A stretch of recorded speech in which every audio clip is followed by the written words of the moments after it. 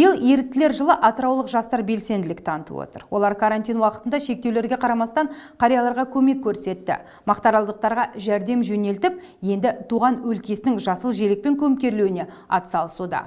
Мұндағы еріктілер бастауыш кәсіподақ ұйыммен бірлесіп, мұнай құбыршылар аллеясын көгалдандырды. Шара Қазақстан мұнай құбыры көлігінің 85 жылдық мерейтойы мен дүниежүзілік қоршаған ортаны қорғау күніне арналды.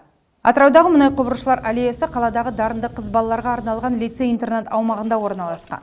Алдымен жастар шара аясында белгіленген аумақты тазалап, арам шөптерді жұлды, жерді қара топырақпен өңдеді. Шараға жастардан бөлек басқарма басшылығы, кәсіподақ мүшелері де қатысты. Көгалдандыру шарасы бір реттік емес. Алдағы уақытта ағаштардың күтімі еріктілер жауапкершілігінде болады. Олар көшеттер өсіп кеткенше тұрақты түрде суарып тұрады дейді ұйымдастырушылар. Сонымен қатар аллеяға жеміс ағаштарын отырғызу жоспарланып отыр.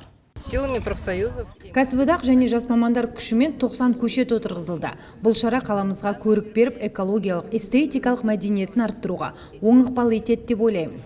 Ерікті жыл атқарып отырған бұл алғашқы шарамыз емес. Биылдың өзінде біз 9 шара өткіздік.